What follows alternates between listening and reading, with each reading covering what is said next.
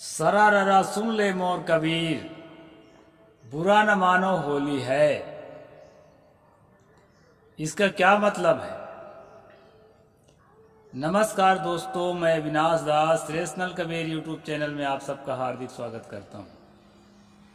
मित्रों, यदि चैनल को सब्सक्राइब न किए हों, सब्सक्राइब जरूर करें, शेयर करके अपने मित्रों तक पहुंचाएं और लाइक कमेंट जरूर करें। साथियों, मैंने आपसे पूछा सरारा सुन ले मोर कबीर और बुरा न मानो होली है, इसका क्या मतलब है? अभी होली का त्यौहार चल रहा है साथियों। इसके लिए बहुत प्रकार की कहानियां गढ़ी गई हैं। मैं एक दो वीडियो में पहले बता चुका हूं कि ये किसानों के फसल पकने का त्यौहार है और फसल पकने के आनंद उल्लास का त्यौहार है। किसी भी प्रकार का किसी कहानी से इसका कोई संबंध, कोई लेना देना नहीं है। और साथियों, ये जो पर्व है ये मूल निवासियों के सम्यक कल्चर का पर्व है। ये किसी भी प्रकार से वैदिक कल्चर का पर्व नहीं है। इस पर कहानी बनाई गई है कि प्रहलाद की बुआ होलिका के साथ ब्राह्मणों ने बलात्कार किया और बलात्कार करने के बाद उसे जिंदा जला दिया। उसको धोखा दे करके मिठाइयों के साथ भांग मिलाकर खिला दिया। भांग मिलाकर खिलाना, गांजा मिलाकर खिलाना, कोल्ड ड्रिंक में दारू मिला के पिलाना और बुरा न मानो होली है कहना। और दोस्तों, रूप कुरूप बना देना, कालिक पोत देना, यह सब के इतिहास में बता चुका हूं कि ये हंसी मजाक से शुरू हुआ था। लेकिन दोस्तों, ये तरह तरह की कहानी इसलिए गढ़ी जाती है ताकि परंपरा को आगे बढ़ाया जा सके, महिलाओं के साथ दुराचार किया जा सके और जो है उनको जिंदा जलाया जा सके। इसलिए इस कहानी को बताते हैं। ये ब्राह्मणों की सोची समझी कहानी है और जो है इसको धार्मिक रंग भी दिया गया है। धर्म में बताया गया है कि शराब के कारण होलिका आग से नहीं जलती थी, इसलिए जो है प्रहलाद को जलाने के लिए, क्योंकि वो भगवान की भक्ति करता था, उसको तैयार किया गया और उल्टा हुआ कि प्रहलाद नहीं जला और होलिका जल गई। ये धार्मिक कहानी है। और दोस्तों, राजनीतिक लोग ऐसा बताते हैं कि उसके साथ बलात्कार भी किया गया और उसको जिंदा भी जला दिया गया। दरअसल मुझे अगर पूछा जाए तो ये कहानी काल्पनिक है, लेकिन काल्पनिक कहानियों को सामने रख करके अपने बुराइयों को जस्टिफाई करने के लिए ये सब समाज में चलाया जाता है। बुरा न मानो होली है का क्या मतलब है? बुरा करोगे तो बुरा ही माना जाएगा। आप गाली दोगे, भद्दा भद्दा मजाक करोगे, नशा खाओगे, धोखा देके किसी को नशा खिला दोगे और कह दोगे भाई बुरा न मानो होली है। सॉरी कहने से किसी की हत्या करके सॉरी कह दोगे, सॉरी कहने से वो माफ हो जाएगा। और सरारा सुन ले मोर कबीर का क्या मतलब है? साल भर तो ब्राह्मणों को कबीर याद नहीं आते हैं, होलिये के दिन के याद आते हैं। कुल मिला के दोस्तों, सतगुरु कबीर साहेब दबे कुचले शोषित वंचित की आवाज थे। ये लोग जो हैं शोषितों के साथ, वंचितों के साथ चाहे जैसे अन्याय करें, जैसा अपराध करें, लेकिन उसको बुरा ना माना जाए। अब ये सरारा का मतलब नहीं समझता मैं, लेकिन हो सकता है इसका कोई मतलब हो कि हम सारा कुछ करेंगे। कबीर तुम सुन लो कान खोलकर, हम चाहे जो करें बुरा न मानो अब बुरा मान के भी क्या कर लोगे। इस तरह से दोस्तों सरारा सुन ले मोर कबीर और बुरा न मानो होली है, ये जो दो कहावत हैं ये ऐसा कुछ है। साथ में आज से शुरू होगा खासकर छत्तीसगढ़ में रास लीला। तो क्या करते हैं दोस्तों, भोले भाले छत्तीसगढ़ियों को राधा बनाएंगे, कृष्ण बनाएंगे, गोपी बनाएंगे लड़के लड़कियों को, और हाथ में डंडा धर के और एक दूसरे के डंडा को ठोंकते हुए डांस कराएंगे, पीला पीला पहना करके। अभी गांव गांव में चालू होगा हमारे इलाका में, आज से हो ही गया होगा। अभी मैं आश्रम से दूर नहीं गया हूं, लेकिन मुझे लगता है चालू हो गया होगा सुबेरे से। तो ये सब काम जो है बुरा ही है। बच्चों को अश्लीलता का अभ्यास कराना, सेक्सी चीज़ों की तरफ उनका झुकाव रखना, ये बुरा ही है। बुरा नहीं मानोगे तो भी बुरा है, बुरा न मानो होली है। दरअसल श्रीमद् भागवत नाम की किताब है, उसमें रास का वर्णन है। रास पंचाध्यायी, रास पंचाध्यायी में उसमें रास का वर्णन है। उसको पढ़ोगे तो भूल के भी अपने बेटी बेटा को रास नहीं नचाओगे, क्योंकि उसमें इस तरह नाचने का वर्णन नहीं है दोस्तों।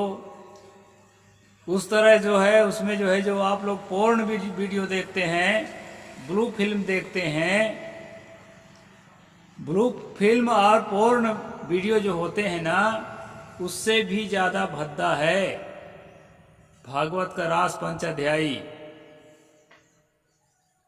गुप्तांगों का वर्णन, एकदम नंगा काम क्रिया करते हुए स्थिति का वर्णन,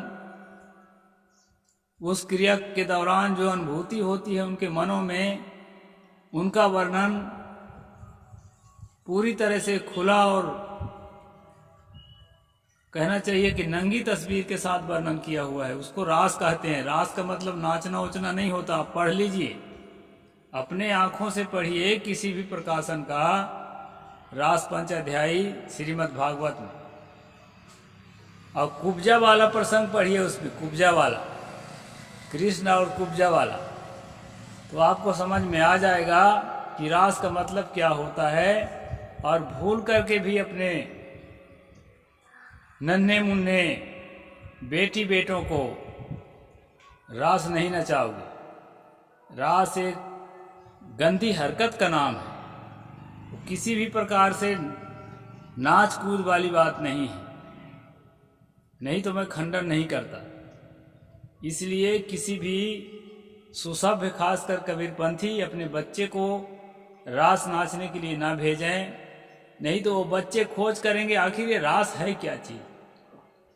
और खोजते खोजते जब जाएंगे उस किताब में जहाँ रास का वर्णन है, उसको पढ़ेंगे तो ओ हो, हम तो आधा अधूरा रास किए हैं, हमें तो पूरा रास करना चाहिए, क्योंकि रास के लिए तो मम्मी पापा हमको छूट दे दिए हैं। ऐसा सोच करके जब पूरा रास करेंगे ना, तो बहुत ज़्यादा इज्जत मर्यादा की बात करते हो, वो सारी बातें छूट जाएगी। फिर वो बच्चे कहेंगे बुरा न मानो होली है, सरारा सुन ले मोर कबीर। तो साथियों, पहली बात तो कबीरपंथियों को ये समझना चाहिए कि हमारा जो कल्चर है, इस कल्चर में होरी से होरा शब्द, होरा से होरी शब्द बना। और होरा का मतलब मैं बताया था कि जो अधपके फसल हैं उनको भून करके खाया जाता है, उसी को होरा कहते हैं। और होरा से होरी शब्द बना और होरी से होली शब्द बना। अंग्रेजी में होली शब्द का मतलब होता है पवित्र। ये हमारे कल्चर का त्यौहार है, रास मास का त्यौहार नहीं है। न इसमें रास चलना चाहिए, न इसमें मास चलना चाहिए, न इसमें मदिरा चलना चाहिए। खासकर मैं कबीरपंथियों के लिए यह वीडियो बना रहा हूँ, जो सतगुरु कबीर साहेब को अपना इष्ट मानते हैं। बढ़िया सात्विकता के साथ, सदाचार के साथ, शाकाहार के साथ, अहिंसा के साथ और सुसभ्य मनुष्य बनकर के त्योहार को मनाएं। अश्लीलता यदि आती है, नशा खा करके अगर सामूहिक बलात्कार करना अगर त्योहार का लक्ष्य है, तो उसके लिए तो होलिका का कहानी बना ही चुके हैं। साथियों, यदि ऐसा ना हो तो त्योहार ही ना मनाए, वो भी अच्छा है। लेकिन अगर त्योहार मनाते हैं तो अश्लीलता नहीं आनी चाहिए, रास नहीं आनी चाहिए। और नहीं भरोसा है रास का क्या मतलब होता है, तो श्रीमद् भागवत जरूर पढ़ें, रास पंचाध्यायी, और अच्छी तरह से समझ लें कि रास क्या होता है। इसके बाद खुद ही आपका मन होगा कि हम अपने बच्चों को रास नहीं नचाएंगे। रंग है, गुलाल है, ये सब कोई बात नहीं, थोड़ा प्रयोग करना चाहिए। नशा बिल्कुल भी नहीं प्रयोग करना चाहिए। गंदी हरकत और गंदी गालियां बिल्कुल भी नहीं प्रयोग करना चाहिए। मांसाहार तो कतई नहीं करना चाहिए, चाहे कितना भी बड़ा होली आ जाए, कोई भी आ जाए। इसलिए साथियों, हर कबीरपंथी को सजेस्ट करने के लिए मैंने वीडियो बनाया। कबीरपंथी के अलावा भी दूसरे व्यक्ति हैं जो सुन रहे हैं इन बातों को, वो ठीक से जांच करें, मेरी बातों में न आवे, ठीक से जांच करें कि रास पंचाध्यायी में रास का मतलब क्या होता है। और बुरा न मानो, होली है, हम चाहे कुछ भी करें, कुछ भी अन्याय करें, कुछ भी अत्याचार करें आपकी बहू बेटियों के साथ रंग लगाने के बहाने, आप बुरा मत मानो क्योंकि ये होली है। और बहू बेटियां भी बुरा मत माने क्योंकि ये होली है। सरारा सुन ले मोर कबीर, कान खोल के सुन लो कबीरपंथी हो। कबीर तो आज नहीं है, कबीरपंथी जरूर हैं। जो करना है कर लो, हम ऐसा ही करेंगे। ये जो है त्योहार की जो रूप को बदला गया है ब्राह्मणों के द्वारा, ये सच्चाई नहीं है। ये त्योहार हमारा सम्यक कल्चर का त्योहार है, जो पवित्र त्योहार है। ये किसी तरह बहू बेटी छेड़ने का त्योहार नहीं है, गंदी गाली बकने का त्योहार नहीं है, मांस मदिरा खाने का त्योहार नहीं है। अभी 1000 करोड़ बकरा काट करके खा गए होली में।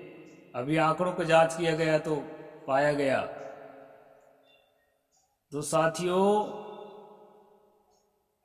इस प्रकार अगर त्यौहार मनाना है तो खासकर कबीरपंथियों को ऐसे त्यौहार से बचना चाहिए।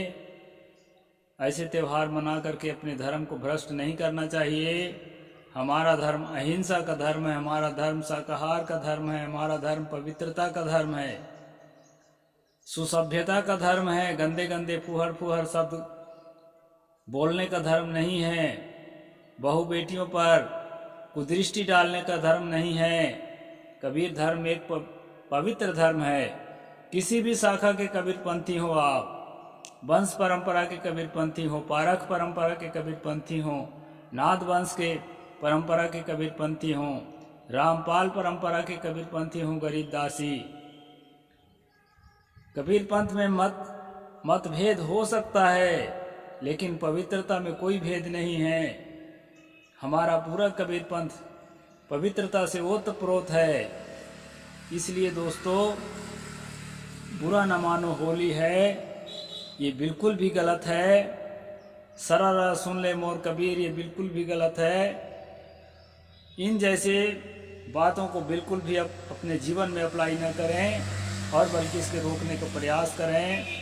वीडियो को जन जन तक पहुंचा करके और सच्चाई को सामने लाएं कि फसल पकने का त्यौहार है ये होली, और हमारा सम्यक कल्चर का त्यौहार है।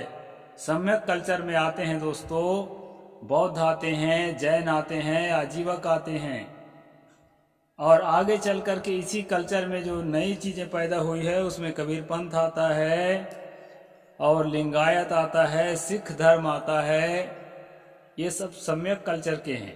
गोंडवाना भी आता है आदिवासियों का, ये सम्यक कल्चर है। अब इसके अलावा जो ब्राह्मणों का कल्चर है वो वैदिक कल्चर है। दोनों के अंतर को समझना चाहिए और अपने पवित्र सम्यक कल्चर को हमें अपनाना चाहिए। साहिब बंदगी। जय जोहार, जय भीम, जय भारत, नमो बुद्धाय।